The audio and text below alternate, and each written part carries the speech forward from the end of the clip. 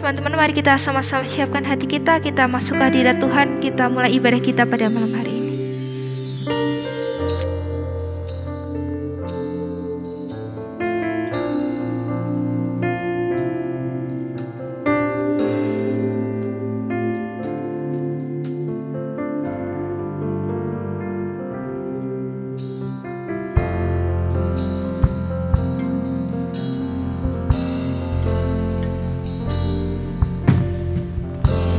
Yesus, Kau sungguh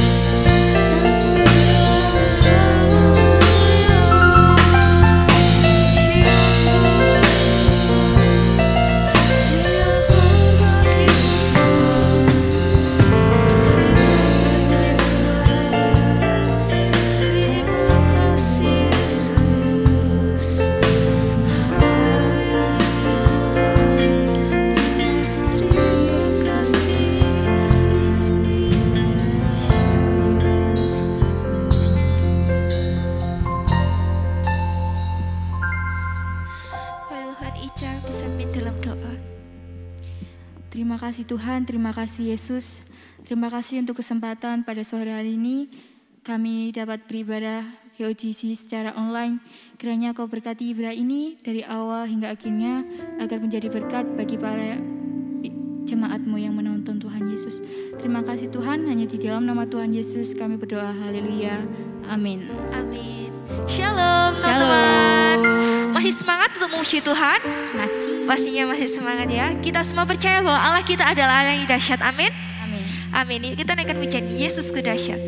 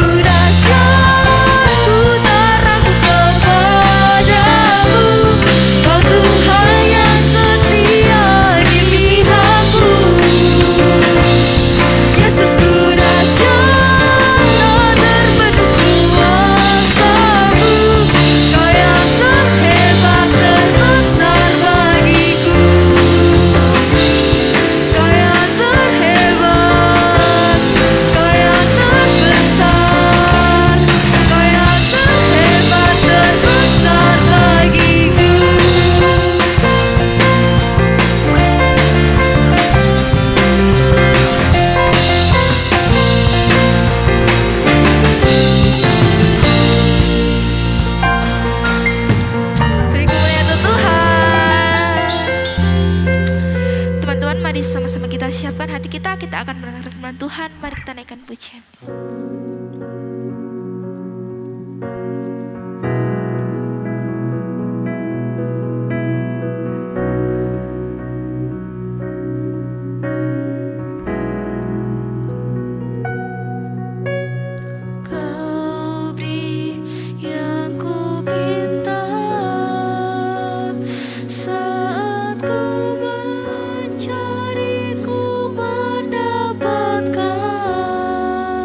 Ku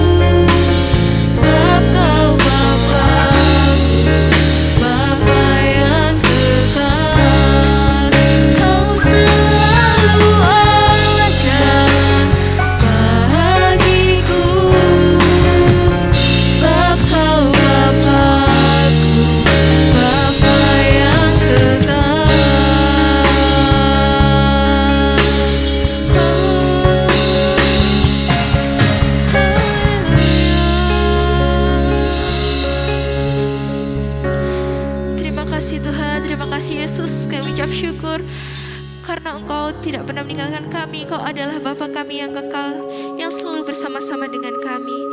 Terima kasih Tuhan, kalau tadi kami sudah memuji serta memuliakan nama-Mu, kiranya setiap pujian, penyembahan kami bisa berkenan di hati-Mu, juga bisa menjadi kemuliaan bagi nama-Mu. Terima kasih Tuhan, sudah tiba saatnya kami untuk mendengarkan firman Tuhan.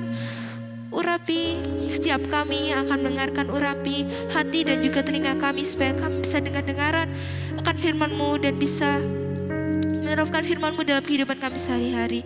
Terima kasih Tuhan, juga memberkati hamba-Mu yang akan menyampaikan firman Tuhan. Urapi hamba-Mu, kiranya setiap apa yang hamba-Mu berkatakan bisa berkenan di hati-Mu, bisa mempermuliakan nama-Mu, juga bisa menjadi berkat untuk kami semua yang mendengarkan.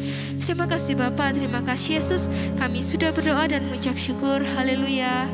Amin. Shalom, kaum muda GUGC yang saya kasih dalam Tuhan Yesus. Malam ini kita akan belajar sama-sama tentang satu hal ya. Belajar tentang cara pandang Alkitab ya, cara pandang Alkitab. Biarlah cara pandang Alkitab ini menjadikan kita mempunyai visi, pandangan, wawasan yang baru dalam menghadapi kehidupan masa depan ya. Menurut survei ya, ini surveinya paten, ini tenanan surveinya. 80% kehidupan manusia itu dikuasai oleh masa lalu ya. Masa lalu itu bisa tradisi, bisa kebiasaan masa lalu, bisa adat istiadat masa lalu yang terpatri dalam kehidupan ya. Yang 15% itu dikuasai oleh masa sekarang ya. Yang 5% itu dikuasai oleh masa mendatang. Visi untuk kehidupan masa depan yang luar biasa, cita-cita yang harus dikejar dan sebagainya, itu kadang-kadang cuma 5% yang mempengaruhi kehidupan ini ya. Kita mengarahkan kehidupan kepada masa depan terus. Ini cuma 5% menurut survei. Justru yang paling banyak itu 80% dikuasai oleh masa lalu. Saya akan buktikan argumentasi ini ya, survei ini ya. Sekarang kalau kita belajar tentang melihat kehidupan orang yang di luar Kristus ya, sama sebenarnya di dalam Kristus juga begitu kaum muda ya. Coba di luar Kristus dulu ya. Saat ini, bulan ini, April ini namanya bulan Cengbing kalau buat tradisi orang Tionghoa ya. Dan kalau kita ke kuburan harus bawa bunga. Kalau ke kuburan ndak bawa bunga, ndak afdol ya. Oke ya. Maaf, nanti kalau pulang rumah ya, ndak boleh kemana-mana, harus ke kamar mandi dulu, cuci kaki ya. Nggak tahu saya kenapa kok harus begitu, dan tradisi ini memang ya oke lah, kita harus lakukan itu ya. Kemudian kalau ada anak kecil, cucu saya misalnya, ada orang meninggal, dia nggak boleh keluar rumah untuk melihat, katanya bisa sawanan. Tahu sawanan itu apa ya? Sakit gitu ya. Dan hal-hal ini mengakibatkan kadang-kadang ya pola pikir ini agak terbelakang ya, tapi masih dilakukan terus sampai sekarang. Coba sekarang katakanlah kita hidup di Jawa ya, dengan suku Jawa sama ya. Kalau ada orang mau melahirkan ya, ada yang namanya selamatan ya kan, 3 bulan ya, 7 bulan ya. Dan tradisi ini sudah mungkin ratusan tahun yang lalu ya, dan itu terpatri sampai saat ini, sampai di kalangan kaum muda yang saat ini hidup di zaman apa ini ya, zaman semuanya serba canggih, serba smartphone, medsos dan sebagainya, tapi tradisi ini tetap dilakukan tetap dilakukan ya. Dan kalau saya berpikir, aduh, ngabiskan uang sebetulnya ya, ngabiskan uang, tapi ya oke lah, itu tradisi namanya ya, tidak terlalu baik sebetulnya. Nanti kalau sudah anaknya lahir, ada apa lagi? Selamatan kalau kita mungkin sebulan ya, kalau mungkin selapan mungkin ya, yang saya tidak terlalu paham. Kemudian ada lagi kalau sudah meninggal, ya. Meninggal ada 40 hari. Berapa hari ya? 7 hari dulu ya. 7 hari selamatan, ya. 40 hari selamatan lagi. Nanti 100 hari selamatan lagi. 1000 hari selamatan lagi.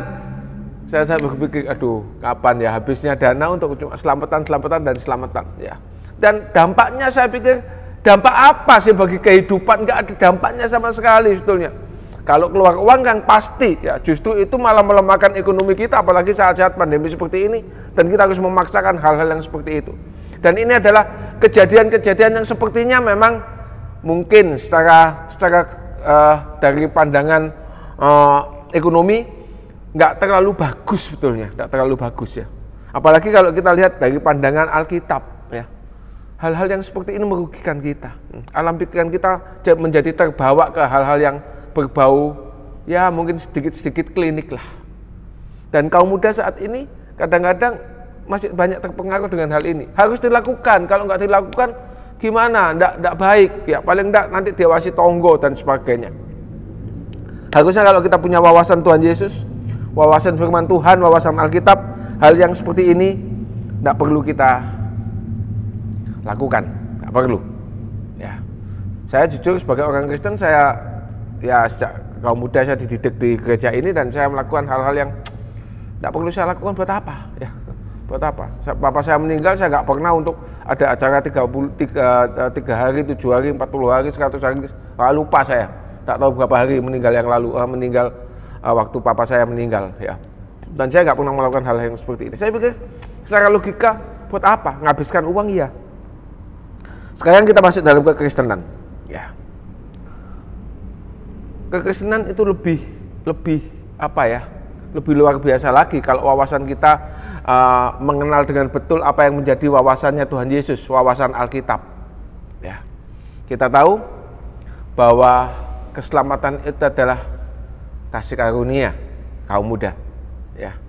Tapi seberapa banyak orang di dunia ini punya wawasan yang tradisinya itu sudah puluhan tahun yang lalu, ya, ratusan tahun yang lalu, tapi masih terpatri dalam kehidupannya, ya, bahwa memang orang nggak mungkin bisa selamat kalau nggak berbuat baik, ya, orang nggak mungkin bisa selamat kalau nggak bersedekah, orang nggak bisa selamat kalau nggak selalu melakukan hal-hal ritual khusus ya untuk sembahyang dan sebagainya menghadap kepada yang ya mungkin yang di atas lah, yang menciptakan mereka mungkin atau yang dipercaya oleh mereka, ya.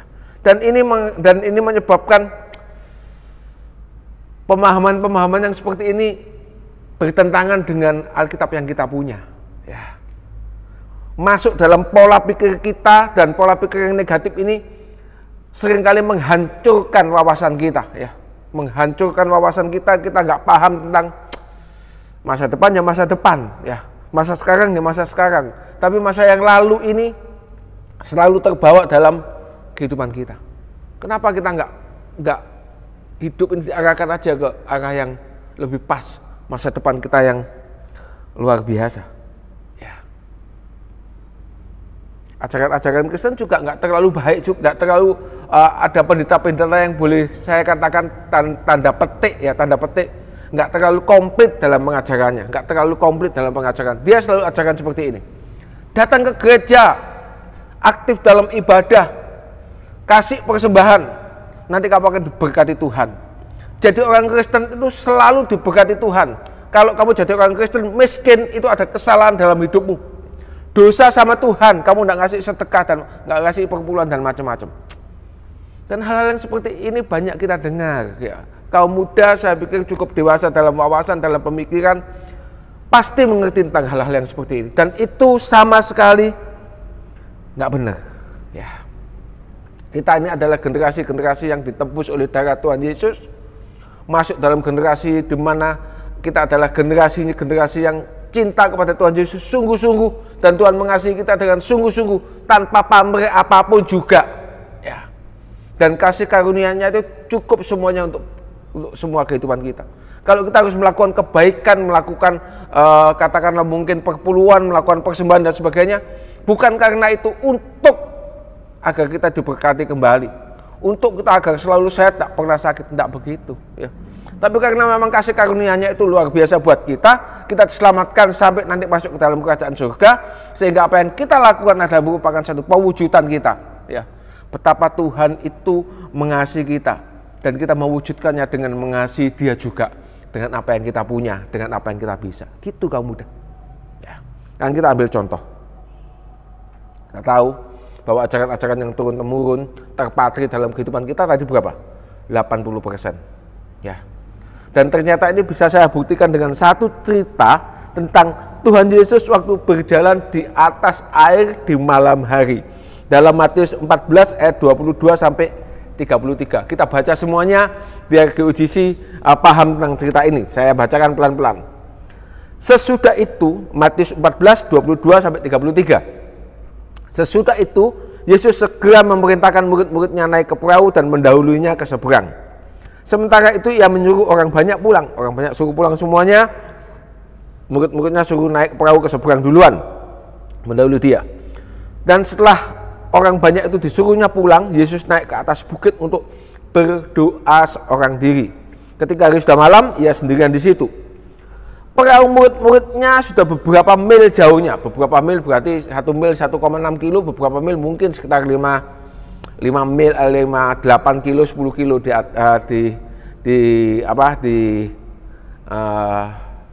jauh dari pantai ya. Mungkin sudah di tengah-tengah danau gitu ya. Dan diombang-ambingkan gelombang karena angin sakal.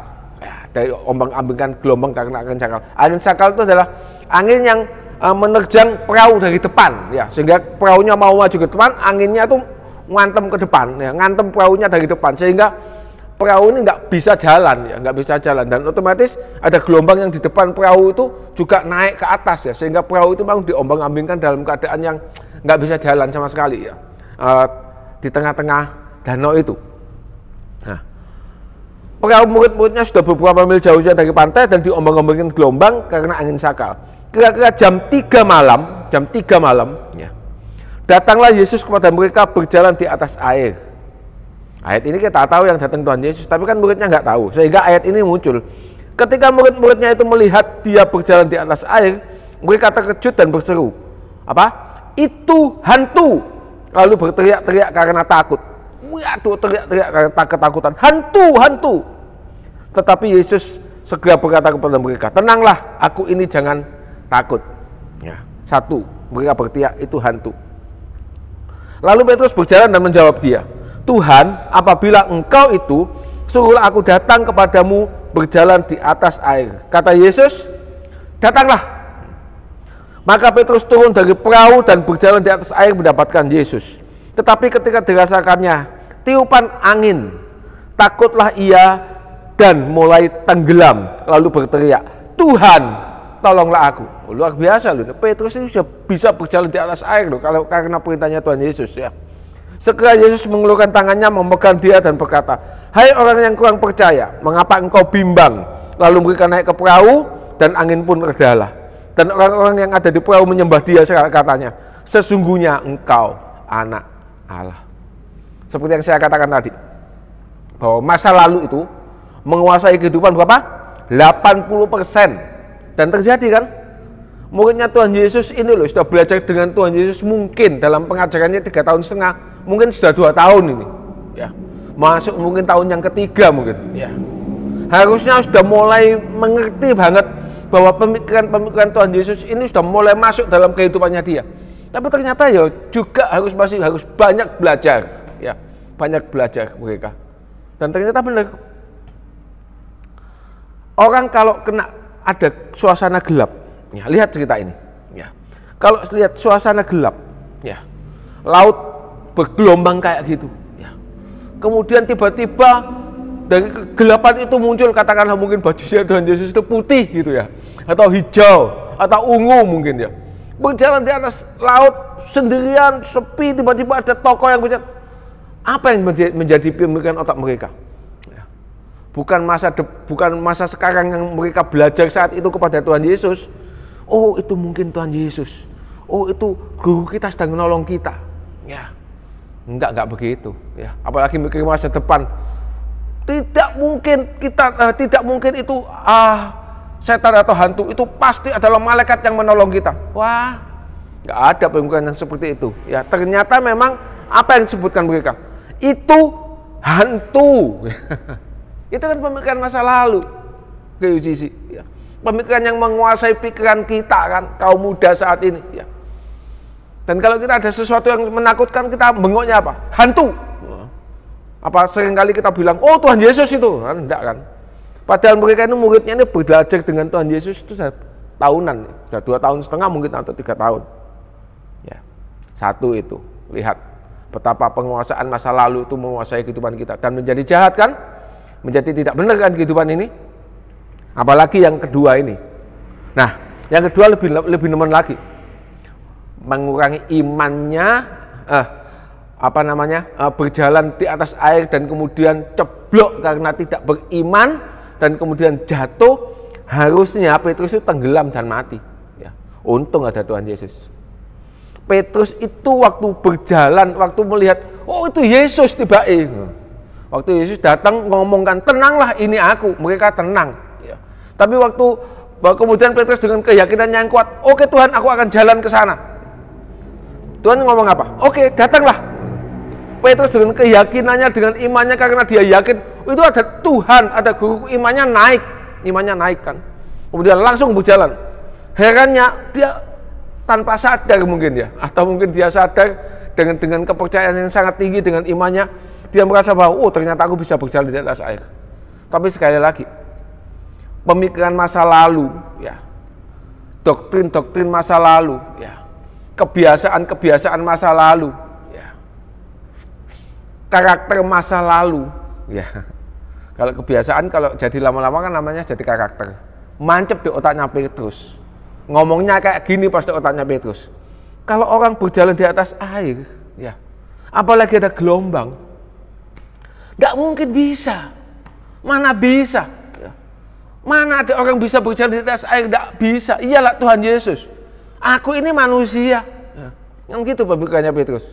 Dan pada saat dia berpikir seperti itu, langsung dia tenggelam. Positif apa enggak pemikiran masa lalu? Sangat tidak positif, ya. Sangat menghancurkan apa yang menjadi wawasan masa sekarang dan masa depannya Petrus, ya. Dan ini terbawa terus sampai Petrus menyangkal Tuhan Yesus, ya. Dan puji Tuhannya memang proses ini harus dilalui kehidupan Petrus sebelum dia menjadi tokoh yang luar biasa, ya. Sampai imannya begitu kuat luar biasa dan wawasannya menjadi semuanya sehat, semuanya berpikir tentang masa depan, tentang kehidupan bergaul dengan Tuhan Yesus. Dan kemudian dia relakan kalau tubuhnya harus disalib, kepalanya di bawah, kakinya di atas, no problem bagi dia. Tapi kehidupan yang mempunyai masa lalu yang menancap dalam kehidupan kita. Ya. Kaum muda juga begitu. Kita hidup di zaman yang sangat modern. Pemahaman kita tentang Tuhan Yesus kita diajar mulai sekolah minggu mungkin. Tapi kita harus betul-betul sadar, ya, bahwa masa lalu itu seringkali menghantui kehidupan kita. Dan itu menghancurkan cita-cita kita, membawa kita kepada arah yang tidak maju, bahkan mundur. Hati-hati, ya. Apa yang harus kita simpulkan? Apa yang harus kita simpulkan? Satu, jangan mau dikendalikan oleh masa lalu, ya. Jangan mau dikendalikan oleh masa lalu. Wawasan masa lalu yang menancap dalam kehidupan kita, abaikan saja kalau boleh saya bilang. Ya, abaikan saja, ya. Kalaupun papa mama mungkin masih protes komplain dengan kehidupan kita, enggak bisa, selamatan harus, ya mau bilang apa. Tapi paling enggak wawasan kita akan bilang, itu enggak benar mah, enggak benar Pak. Buat apa kita lakukan, ya. Malah ngentak-ngentak duit sing iya Pak. Yang iya gitu, ya. Jangan mau dikendalikan oleh masa lalu, ajaran-ajaran yang melemahkan kita, ya. Apalagi kalau kita berpikir sampai, aduh aku ini kecil, aku ini miskin, aku ini terlalu hidup sederhana di lingkungan yang sangat kecil, ya. Tidak ada apa-apanya, ya. Papa mama hidupnya sangat sederhana, miskin. Mau apa? Mau meraih masa depan yang begitu luar biasa, jadi tokoh-tokoh nasional atau apapun juga? Kayaknya nggak mungkin. Salah. Masa lalu itu menghantui kita. Ya. Masa lalu itu begitu menteror kehidupan kaum muda. Ya. Untuk nggak mau berpikir, nggak mau punya wawasan bahwa masa depan itu selalu ada dan selalu terbuka lebar bagi kita kalau ada Tuhan Yesus dalam kehidupan kita. Ya. 1 Petrus 2 ayat 9. 1 Petrus 2 ayat 9. Tetapi kamulah bangsa yang terpilih. Siapa itu? Saya, GOGC juga, kaum muda. Imamat yang rajani, bangsa yang kudus, umat kepunyaan Allah sendiri, supaya kamu memberitakan perbuatan-perbuatan yang besar dari Dia, yang telah memanggil kamu keluar dari kegelapan. Nah, masa lalu, tradisi, apapun juga yang menghantui, menteror pemikiran kita tentang masa lalu, nggak bisa lah kita karena terlalu kecil, karena terlalu sederhana, terlalu miskin, pendidikan yang rendah dan macam-macam. Salah besar. Itu adalah masa-masa kegelapan. Kepada terangnya yang ajaib, dia akan bersinar semakin terang, dan kehidupan kita juga seperti itu pasti. Semakin terang, senyampang dengan pemikiran kita, wawasan tentang Tuhan Yesus semakin naik, dan semakin meningkat. Pastikan itu dalam kehidupanmu kaum muda. 2. Bergaul kariblah dengan Tuhan Yesus. Tidak ada cara lain. Ya. Kita tahu artinya Tuhan Yesus. Kita tahu apa yang ada di dalam Alkitab. Ya. Cara-cara pandang Alkitab yang dikemukakan, ditulis oleh para nabi, para tokoh Alkitab tentang pemikiran-pemikiran Tuhan Yesus yang ada. Tentang keajaiban, tentang mujizat, tentang ketahanan terhadap penderitaan. Semuanya ada. Tentang ketekatan untuk melangkah maju, ya. Sesuatu yang sepertinya tidak mungkin, tapi dengan ketekatan yang luar biasa karena Tuhan Yesus, semuanya hancur, semuanya bisa ditembus. Bergaul karib dengan Tuhan Yesus, ya. Sehingga kita punya pola pikir Tuhan Yesus yang alkitabiah, yang penuh dengan keajaiban, mujizat, yang mustahil, yang tidak mustahil menjadi tidak mustahil. Semua mungkin karena Tuhan Yesus Kristus, ya. Elia, manusia biasa dikatakan ayat firman Tuhan dalam Yakobus 5, 17, 18. Elia adalah manusia biasa sama seperti kita, dan ia telah sungguh-sungguh berdoa. Kenapa dia sungguh-sungguh berdoa dan kemudian dia bisa mengatakan bahwa supaya hujan jangan turun, dan hujan pun tidak turun di bumi selama 3 tahun dan 6 bulan. Lalu ia berdoa pula, dan langit menurunkan hujan dan bumi pun mengeluarkan buahnya. Kenapa dia bisa ngomong dengan seenteng itu? Ya, setelah dia berdoa kepada Tuhan, sudah hujan tidak usah turun 3 tahun setengah. Kenapa dia punya wawasan yang kayak gitu? Sebab memang wawasan yang dia pakai bukan wawasan tradisional, wawasan masa lalu yang dengan kekuatannya. Dia bukan apa-apa, dikatakan dia manusia biasa. Tapi dengan Tuhan Yesus, dengan Tuhan Allah Israel, Tuhan Allahnya Bapak Abraham, Tuhan Allahnya Yakub, Tuhan Allahnya Yusuf, mampu. Apa yang tidak mungkin dengan kehidupan kita? Jangan mau dihantui oleh masa lalu kita. Yosua manusia biasa, pasti dia betindinya Musa, dia pelayannya Musa, kemana-mana paling cuma bawa tasnya Musa. Ya. Tapi begitu dia punya wawasan bahwa, bergaul karib dengan Tuhan itu mempunyai dampak yang luar biasa. Caranya gimana? Gampang, tetap tekun dalam pengertian wawasan pembacaan Alkitab yang kita punya. Ya. Di mana-mana kita bawa kan, ada setiap kaum muda saya yakin punya smartphone, dan saya yakin smartphone kaum muda GOGC pasti ada Alkitabnya. Tidak mungkin tidak ada, pasti ada. Saya yakin itu. Dan itu yang kita geluti tiap hari. Ya. Ada apa-apa tanya Alkitab, ada apa-apa tanya Alkitab. Jangan tanya kepada masa lalu, jangan tanya kepada biasanya ya, harusnya melakukan apa ya kepada orang yang lain. Jangan. Tanya Alkitab, ya. Apa yang dikatakan Alkitab, lakukan itu. Masa depanmu akan jadi luar biasa. Joshua itu manusia biasa, tapi dia punya pola pikir yang luar biasa waktu dia menghancurkan raja-raja yang mengusui Gibeon. Ya. Gibeon itu kan suku Gibeon itu kan memang sedot nakalan, ya, karena dia tahu begitu Israel begitu kuat, ya. Kemudian Gibeon ini datang kepada Yosua, kayaknya dia dari orang jauh, sepatunya sobek-sobek, bajunya sobek-sobek, rotinya kering, dia ngomong, aku datang dari jauh dan sebagainya, kemudian ikat janji dengan Joshua. Gitu. Aku pokoknya jangan diapa-apakan tak gimana gitu ya. Dan sehingga Joshua, oke. Ternyata Gibeon ada di sekitarnya Joshua nggak paham, tapi dia sudah terikat janji. Waktu Gibeon diserbu oleh raja-raja yang lain karena nggak terima, kenapa kok Gibeon menjadi satu dengan Israel? Raja-raja yang lain ngamuk dengan Gibeon diserang. Nah, minta tolonglah kepada Joshua. Joshua maju, bantu sama Gibeon. Dan terjadilah Joshua 10, 12, 13. Lalu Joshua berkata kepada Tuhan pada hari Tuhan mencerahkan orang Amori itu kepada orang Israel. Ia berkata di hadapan orang Israel, matahari, luar biasa ini ya. Saya sampai, apa yang terjadi saat itu ya? Kok bisa kayak gitu? Banyak tafsir yang mengatakan itu gerhana, tapi gerhana yang gimana saya nggak paham. Ya. Matahari, berhentilah di atas Gibeon, dan engkau bulan di atas lembah Ayalon. Jadi bulan, matahari menjadi satu ada waktu itu, makanya ditafsirkan itu gerhana. Maka berhentilah matahari. Matahari berhenti. Kalau berhenti tenanan ya. Apa ndak gempa bumi atau gimana ya bumi ini? Kan yang berhenti kan logikanya kan buminya kan. Enggak, bukan mataharinya. Mataharinya kan diam dia berputar kepada porosnya, dan matahari yang mengelilingi. Harusnya logikanya kalau mataharinya di sini dan waktu itu daerah Gibeon sebelah sini kan tempat matahari, nah otomatis kan jangan sampai ke sini kan buminya kan, dia harus diam ke sana. Berarti kalau buminya diam, itu kan gempa bumi tak karuan. Tapi ternyata nggak terjadi, saya nggak paham ini. Tapi ternyata itu terjadi, ya. Terjadi karena apa? Karena sekali lagi pemikirannya bukan pemikiran yang dikuasai oleh pemikiran manusiawi, bukan. Tapi pemikiran Allah Bapa di surga, pemikirannya Tuhan Yesus. Ya. Maka berhentilah matahari dan bulan pun tidak bergerak sampai bangsa itu membalaskan dendamnya kepada musuhnya. Bukankah hal itu telah tertulis dalam kitab orang jujur?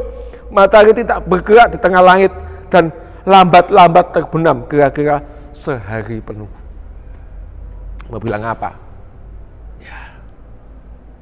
Elia, Joshua, orang biasa.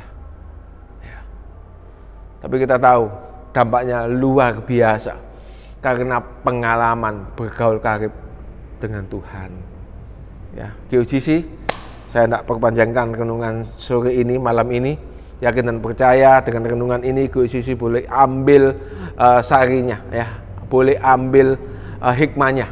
Ya, jangan mau kita diteror dengan masa-masa yang lalu dalam kehidupan kita, ataupun keadaan sekarang yang seringkali melingkupi kehidupan kita. Ya.